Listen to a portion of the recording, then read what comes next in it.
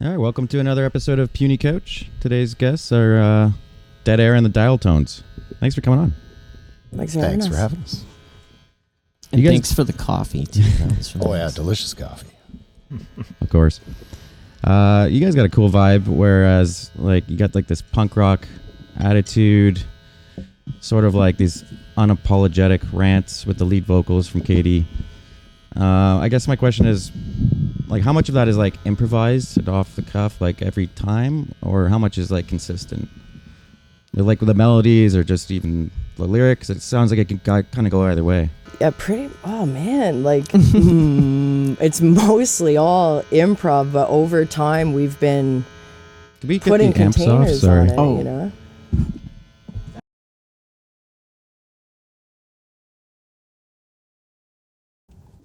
There we go. There's some dead air. I always enjoy the element of like structural jazz that happens. It's a very like unapologetic attitude, but the way that it flows is like we have the architecture like a jazz standard, and then whatever we're feeling at the time, we have enough of a map to follow through. So we just kind of go for it. And it's So it's quite like a jammy kind of vibe and just sort of different performance every time. Yeah, I heard this concept by it was Sean McKnight actually, and he was talking about site-specific sculpture. So it's when you're using like the environment to build sculpture, right? And so, like just as a concept in art, I like that as music as well. Like even the sound check. Like I was like singing at you what I needed because it was a part of the site. Like it was site specific. Yeah, definitely got the message that you wanted reverb. Site specific music. I don't know. It's always a lot of it is improv. Yeah, it's always a fun way to make any time that you see a performance like very personalized and specific. So it's, if we finally get around to deciding the tunes, make a record, you're never going to hear that. If you're going to pay to see us, we're going to put on a fucking show, and it's going to be for that moment. And there's been like if people, depending on what show they've seen, like if people be like, oh, I saw you guys and you're this type of band, but it was like that was the only time that show was ever done like that, and that's the only time it'll ever be done like that. So it like That's cool. like stumbling into the next song, but feel like it's just got a different vibe. Somebody plays it a little different, and we all just look, and it's like, all right, buckle up. Let's see where this goes. That's pretty cool. Do you guys ever have like any specific themes that drive your lyrics? Like, do you ever go into it with like a theme or like some kind of message at all, or is it always off the cuff? Or do you ever think, I want to get this message across?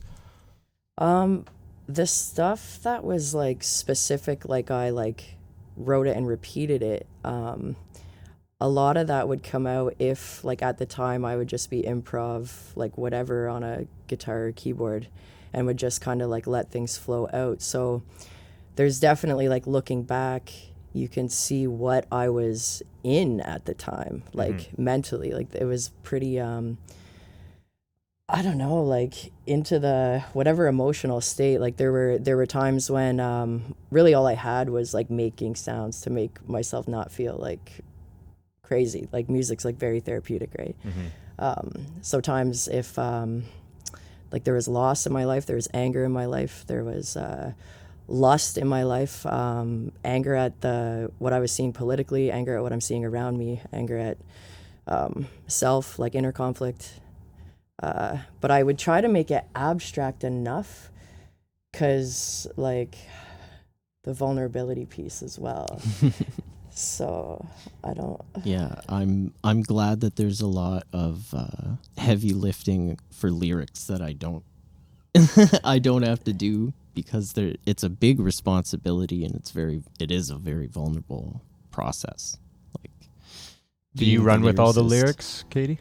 Are you? Yeah, and there's I was just thinking there's others that were more like very sad or vulnerable, and those were ones that we wouldn't or I wouldn't wanna put on like publicly because like so it was almost like more aggressive lyrics or like punk rock, I guess as you said it, felt safer to share than like the deeper parts of my heart that come out in like other times, but not like on a stage, you know. Yeah, I guess if you're shouting and you're rallying, you have enough of the anger or the at least aggression of the act that you can create a space in that performance. Whereas like when you get really close and vulnerable with a lyric, you can feel like the world shrinks when you have to be on stage and like perform that and get into that headspace. Yeah. Scary. Vulnerability. Yeah. Speaking of performing, you used to host a lot of open mics. That's how I met you. Yeah, that was. Do you find that a big part of your performance is open mics, or like what's your in general? Like, what do you guys? I definitely put a lot of community first and happening, like making something an event, even if it's just the same thing every week. That was something that I loved doing, and we did a lot of kind of talking about that space that I wanted to create when I was doing the open mics, because it could be your 10,000th time or it could be your first time, but everybody needs to feel comfortable to come up and do it just the same. You know, it was everybody here's rooting for you. They don't want to see you fail. They're not like out to get you. They're just proud that you have the balls to get up and perform and be that vulnerable. Yeah. Inclusiveness Absolutely. to allow that vulnerability. Absolutely. Yeah, more so than a show would be, right? Because it's just everybody's. Yeah, there. You know, if it's your first show, but you're jumping off the deep end and you've never performed before, like how are you gonna get those emotional and mental muscles ready to get up there and have the lights and people are quiet and they're paying attention to you? Yeah, you need that practice anyways, right? You got to Yeah. get comfortable. Just like Jim Morrison, right? He had his back turned his entire career until he felt comfortable enough to turn around. Yeah, and then there was a lizard king hiding there. Sorry, Florida. What do you guys Not sorry, Florida. What do you guys think of the open mic scene in Sarnia? Like in general, like do you guys go to them a lot? Like who has the best open mic? I don't know. Do you still run with them, Dan, or I spent a lot of time in the last 2 years with my son because I've had him full time, so that kind of shut down. yeah. Being out and doing things on Sundays, and when we started playing together like a year ago, we started doing the AJ's Open Jam, which was really good to get grease the gears, you know, and get back like playing publicly, and it's low pressure because it's 20 minutes. More improvisational too when it's open like that. Yeah. Open mic's just good practice, you know, like it's all just practice. Yeah.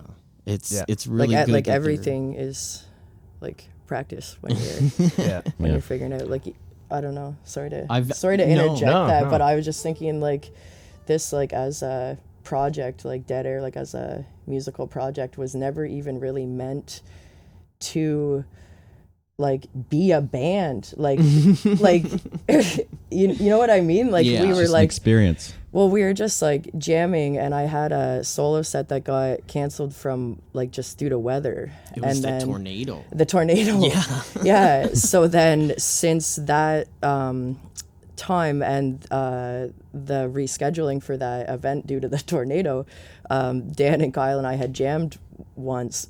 So I was like, "Do you guys want to play with me?" And they're like, "Yeah, sure."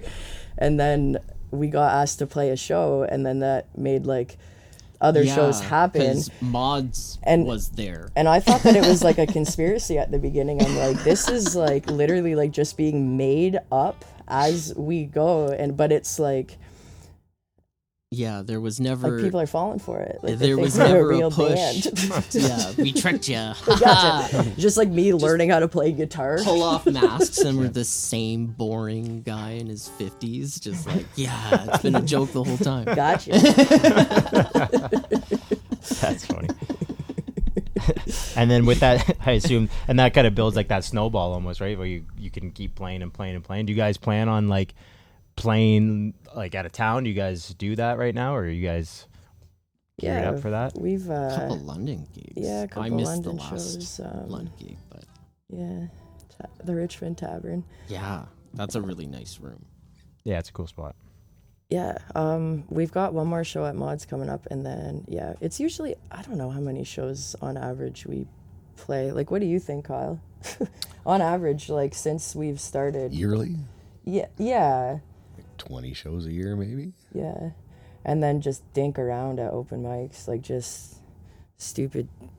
Oh yeah, it was like, okay, Just what stupid, silly what shit. theme? Like, are we all wearing masks? Are we gonna Yeah, like the Vader mask was one of my favorites. I love those yeah, videos. yeah. The mask era. There was a period. If there was one band you could tour with, who would you pick? Current band. Anybody. Sabrina Carpenter. The big stage. Oh, I would pass out from anxiety, I think. I'd pick Groove Cartel. Cool. Oh, yeah. You guys should plan a little tour. That'd be cool. Yeah. Shout out. Shout out to Groove. I would love to play a run of shows with a Loud Thing. That would be really fun. To have like a St. Pat's Yeah. high school reunion on the road. Yeah, feel we your, opened like, open your for them a vibes couple would times. probably gel. Yeah. What about you, Darian? I was thinking like it'd be sick if we opened for the Black Keys on a tour or something. Just a crazy idea, but Yeah. That's cool. It's really cool. That would be fun. All right, well, let's get into a couple more songs.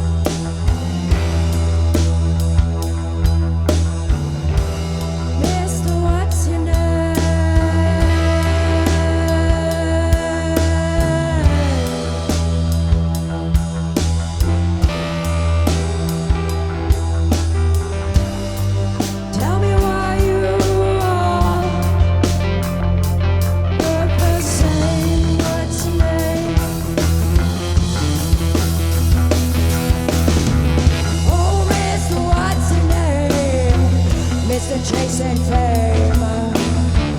Mr. says he runs the game. Mr. doesn't even play. Oh, Mr. what's your name? Oh, Mr. hide and shame. Oh, Mr. me he blames. Oh, Mr. Won't you tell me how you all look the same, walk the same, talk the same? What's your name?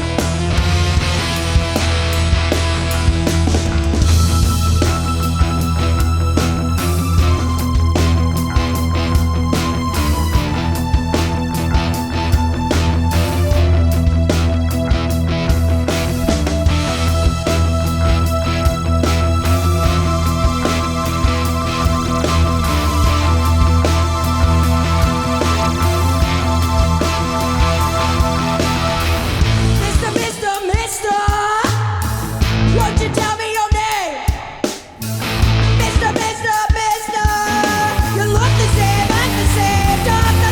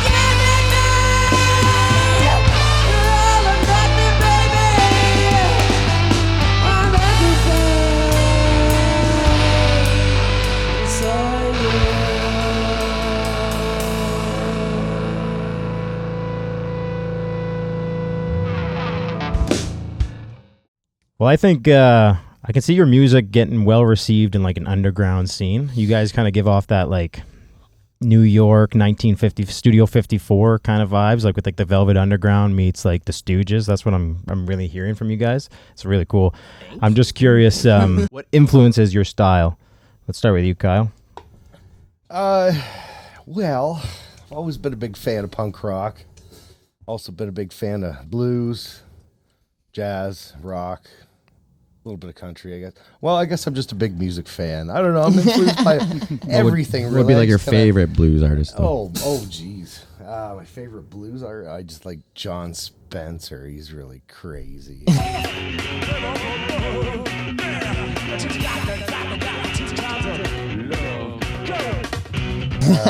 yeah. Like huge, big jazz guy like Joe Pass and Dave Brubeck and OP, Oscar Peterson.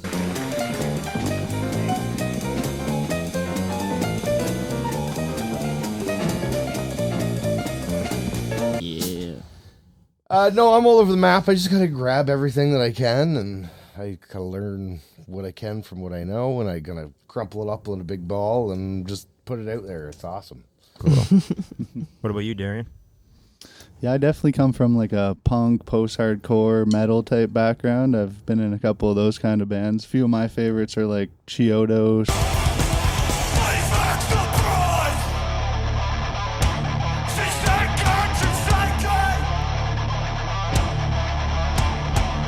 The Mars Volta, Protest the Hero. But that's like, I love the blues too, so I love jamming with the band and just trying to add whatever kind of influence I can on my end too. Right on. Nice. Dan? I'm kind of all over the map. a student of rock and roll and punk. I was a big punk when I was in high school. And that's how I got my start. I was like singing in a punk band. They wanted me to play trumpet for a ska song, and that's how it started. But Nice. I love the fucking blues. What are some It's- of your favorite punks? So I was always like a huge NoFX kid. Yeah. Pennywise was one of the first ones. Like, I remember listening to Bro Hymn and like,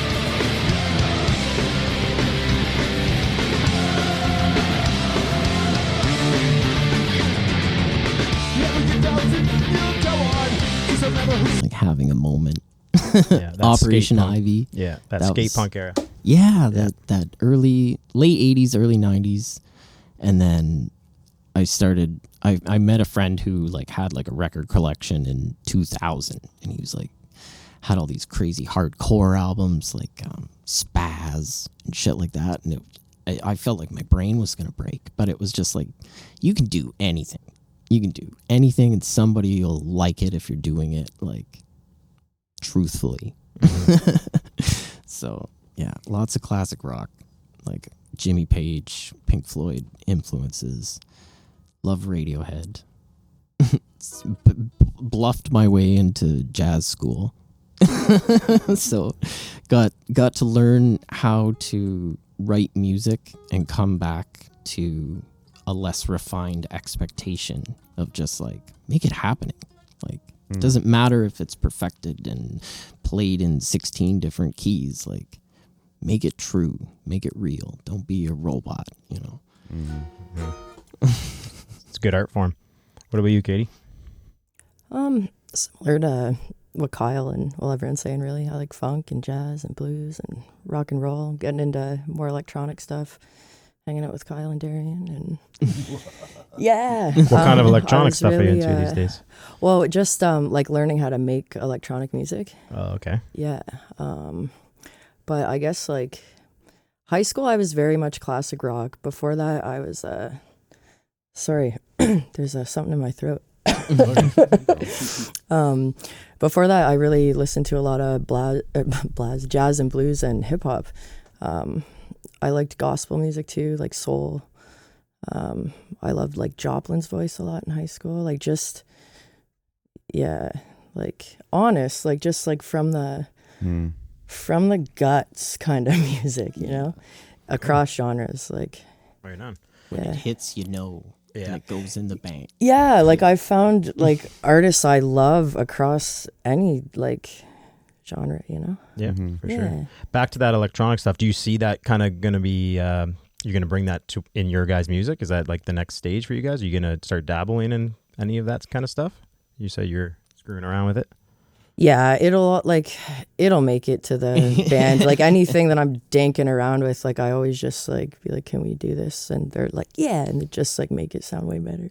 Yeah, there's a lot to be said about the band trying to build itself without walls, so that anything that happens, it's perfectly like acceptable. You know, there's never like, oh, it's not in the style, or we only write songs like this, or we have this sound. It wouldn't really fit. You're not Like, boxing yourself in. Yeah. The just band having can fun make exploring absolutely music and anything yeah. happen. And Yeah. it never feels out of place. And that's like a really good thing. Yeah, it's like whatever we bring up or out, like if we're like, yeah, like we like this as a band, then it stays, you know? Freedom of expression. Yeah. Let's pivot into like what would be your creme de la creme of like top lyricists of any genre? Because we touched on the lyrics with like, Top 3. I like Leonard Cohen a lot. Bob Dylan, Jim Morrison, actually. Before I even knew what the Doors were like as a band, I had read some of his poetry on the internet when I was like first learning the internet. Seen from the air, 28,000 feet and going fast. A one-armed man in a Fresno parking labyrinth. A giant primeval bird, a burnt tree in an empty lot in Modesto. And miles of hotel corridors.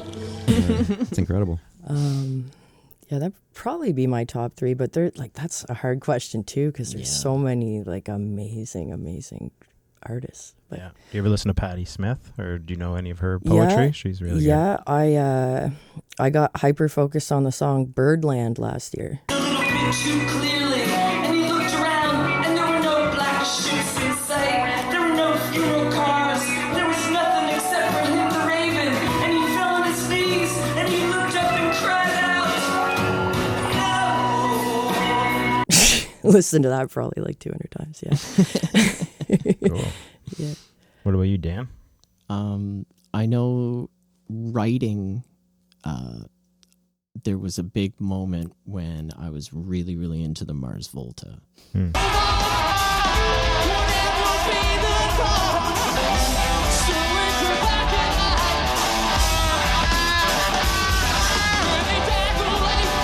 And getting the most extreme view of that abstraction in lyricism. It wasn't so much like they were telling stories with the albums, but you couldn't just read the lyrics and be like, oh yeah, it's a nice story. Like it was so much more about the feeling that the words were evoking, not necessarily what they were saying. Most of it was kind of nonsense. And it was taking John Lennon's kind of backhanded I am the walrus, like, oh yeah, we're studying your lyrics in school. Like, well, study this, kids. Like it was taking that to an extreme, but then bringing it back around itself to tell a story. And that just blew my mind. I was like, whoa, okay. I got to get writing and practicing. And I had like a shoebox of like just lyrics and just piecing things together and writing down things. And it's kind of how it started for me. That was a big moment because like you watch Led Zeppelin go through their Baby I Love Yous to like we're having spiritual experiences on, you know, they grew as lyrics, but this was something else entirely. So that was something that really inspired me for sure. Mars Volta. Nice. What about Darian? you? It's funny. One of my favorites too is Cedric from the Mars Volta. I just loved him ever since I was a kid.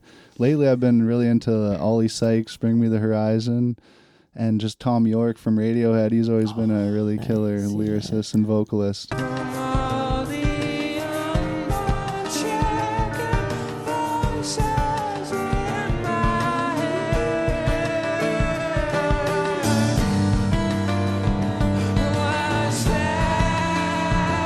Have you listened to The Smile?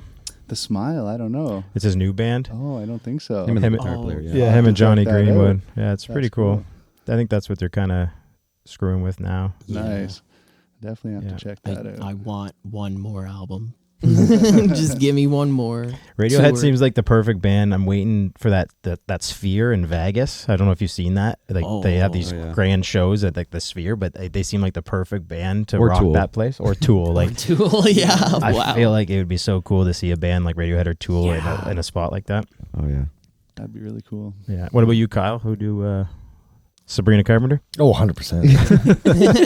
I always been a big Tool fan. I've seen Tool like 5 or 6 times. Like a stocking butler, who upon the finger rest, murdered now the battle's rusted, just because the sun has come. Mother Mary, what?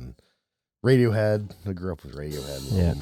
Absolutely love them. Maynard James is pretty deep when it comes to lyrics. Yeah, crazy. That's What's your favorite album by Tool? Oh, definitely Lateralis, or I like the last one that came out too. It was pretty, Yeah. I like Yeah. the direction they're taking it, like the longer songs. Yeah, and it weird- took a while to come out, but I don't know why it Yeah. gets shit on. Like I enjoyed it. I thought it was a good album. I like Oh, Lateralis too. It took forever to come out when it did.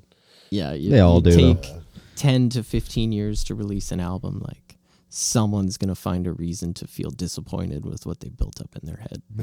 They're like the Grand Theft Auto of music. Yeah, it's coming. You won't be able to afford a graphics card to play it, but it's coming. Right on.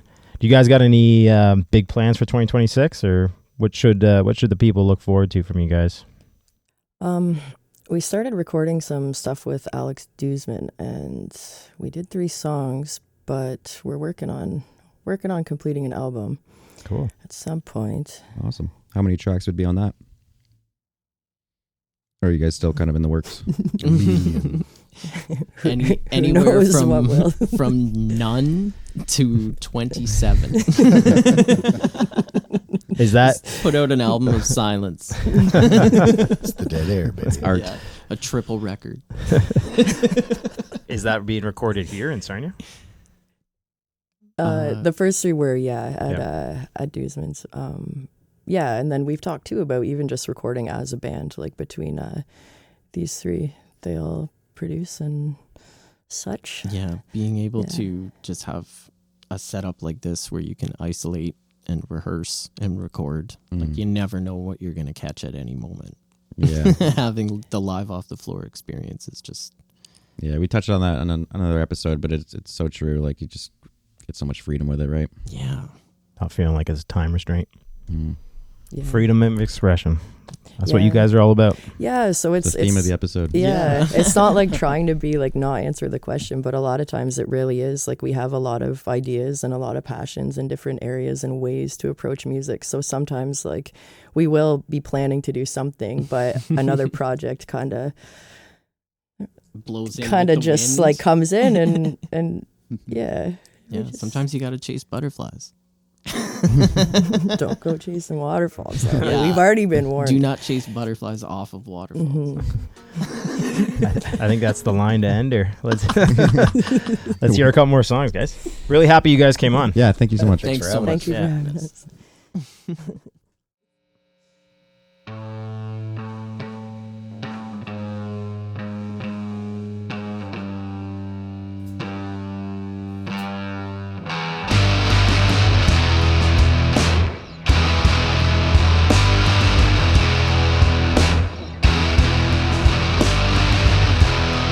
Year after year,